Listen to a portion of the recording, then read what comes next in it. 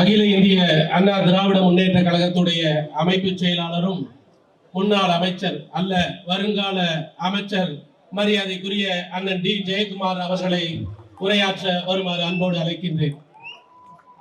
முதலிலே அனைத்து இந்திய அண்ணா திராவிட முன்னேற்ற கழகத்தின் சார்பில், கழகத்துடைய பொதுச் செயலாளருடைய சார்பில் உங்கள் போராட்டம் வெற்றி பெறுவதற்கு நல்வாழ்த்துக்களை மகிழ்ச்சியோடு இத்தருணத்திலே நாங்கள் தெரிவித்துக் கொள்ள கடமைப்பட்டிருக்கின்றேன்.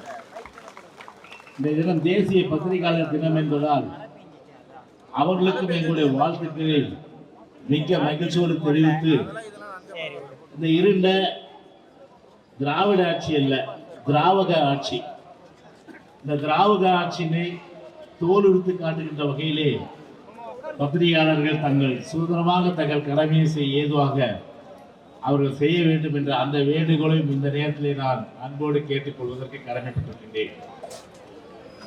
இஸ்லாமிய சமுதாய மக்கள் அவருடைய அந்த வாழ்க்கை முறை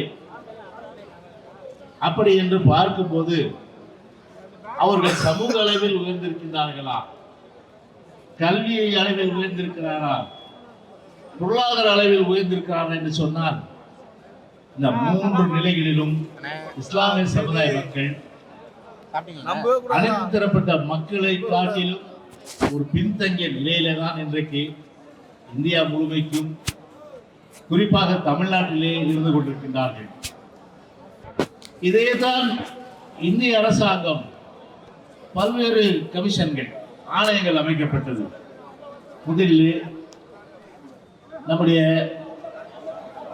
அருமை ஜெகநாத் மிஸ்ரா கமிஷன், சஜ்ஜார் கமிஷன், அதே போன்று அமிதாப் குண்டு கமிட்டி, இந்த கமிட்டி, இந்த கமிஷன் எல்லாம் இந்திய தேசிய அரசாங்கத்தால் அன்று அமைக்கப்பட்ட போது தெளிவாகவே அவர்கள் குறிப்பிட்டார்கள், இஸ்லாமிய மக்களுக்கு தேசிய அளவில் 10-15% இடஒதுக்கீடு, மாநில அளவில் 5-10% இடஒதுக்கீடு அளிக்க வேண்டும் என்று ஒரு பரிந்துரையை இன்றைக்கு செய்தார்கள்.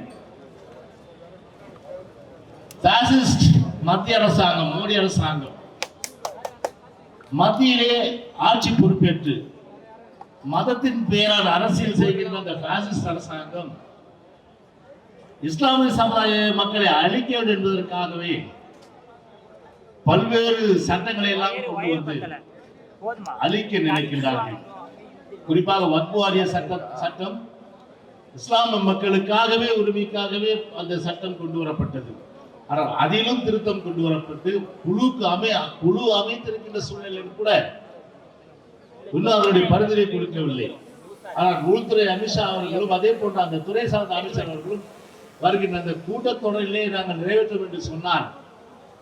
எந்த அளவுக்கு இஸ்லாமிய சமுதாய சகோதரர்களுடைய உரிமைகளை பறிக்கின்ற ஒரு பாசிஸ்ட் அரசாங்கம், மோடி அரசாங்கம் இன்றைக்கு மத்தியிலே ஆண்டு கொண்டிருப்பதை தயவுசெய்து நீங்கள் புரிந்து கொள்ள வேண்டும். அந்த பாசிஸ்ட் அரசாங்கத்திற்கு துணை போகின்ற வகையிலே தமிழ்நாட்டிலே ஒரு பாசிஸ்ட் அரசாங்கம் இருக்கிறது.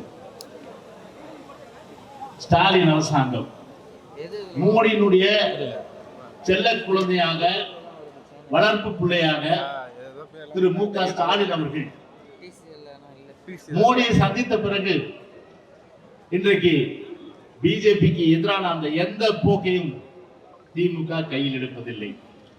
மாறாக அவர்களுக்கு ஒத்து ஊதுகின்ற வகையில ஒரு புரிந்துணர்வு ஒப்பந்தம், எழுதப்படாத ஒப்பந்தம் 2026க்கு பின்பு உங்களுடைய பாசிஸ்ட் அரசாங்கத்திற்கு நாங்கள் ஆதரவு தருவோம் என்று சொல்லி இந்த பாசிஸ்ட் அரசாங்கத்துடைய முதலமைச்சர் தன்னுடைய குட்டியை ஆழம் பார்ப்பது போல அவருடைய, நான் வந்து குரங்குன்னு சொல்ல மாட்டேன், நான் குரங்கு என்ன பண்ணோம், குட்டியை விட்டு ஆழம் பார்க்கணும். நான் அந்த மாதிரி ஒரு கீழ்த்தரமா போக மாட்டேன். அவருடைய குட்டியை விட்டு ஆழம் பார்க்கின்ற வகையிலே அவருடைய அருமை மைந்தன் உதயநிதியை அங்கே அனுப்பி அதன் மூலம் வந்து ஒரு ஒப்பந்தம் ஏற்பட்டு, இப்ப பாத்தீங்களா தமிழ்நாட்டில் அமைச்சருடைய இந்த கேஸ் எல்லாம் அவ்வளவுதான். ரைட் இல்லை, இன்கம் டாக்ஸ் ரைட் கிடையாது, கோடி கோடியாக கொள்ளையடித்து இன்கம் டாக்ஸ் ரைடு கிடையாது, இடி கிடையாது, எதுவும் கிடையாது. ஆனால் இவர்கள் கை காட்டுகின்றவர்களுக்கு பார்த்தீங்கன்னா அவங்க வீட்டில் தான் இடியும் போகும், இன்கம் டாக்ஸும் போகும்.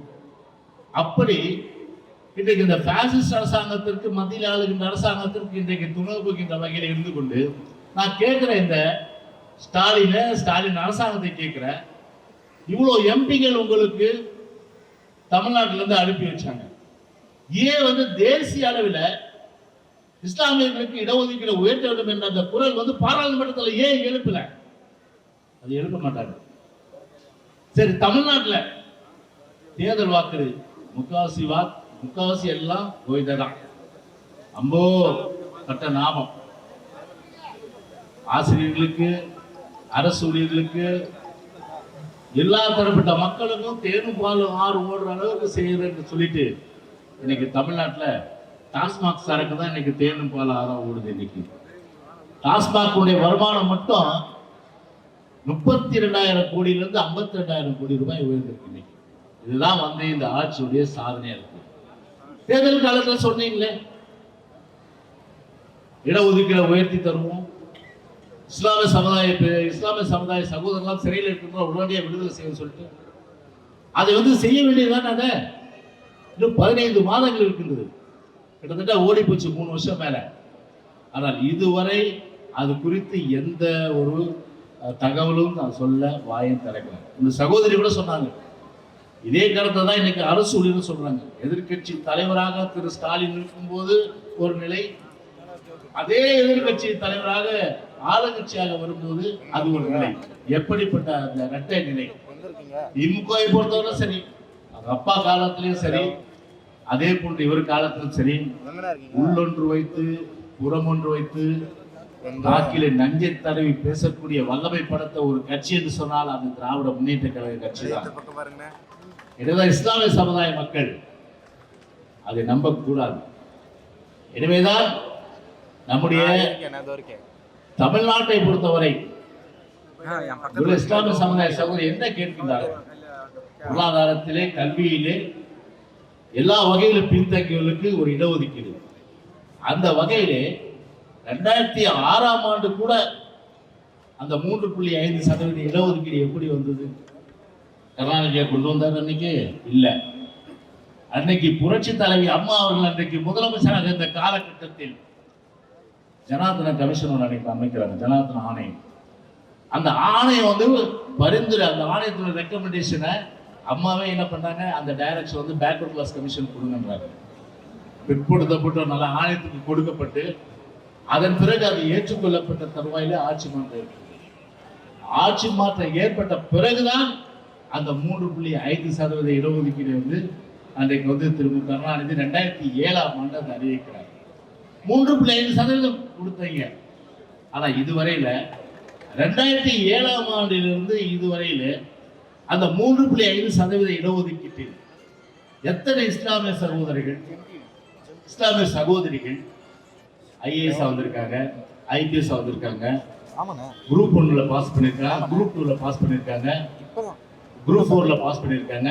அதாவது தமிழ்நாடு பணியாளர் தேர்வு ஆணையத்தின் மூலமாக நடத்தப்பட்ட தேர்வுகள். இதை தவிர மற்ற அரசு சார்ந்த நிறுவனங்கள் மூலமாக ரெக்ரூட்மெண்ட் பணியமர்த்தப்பட்டவர்கள் அவருடைய விவரங்கள்.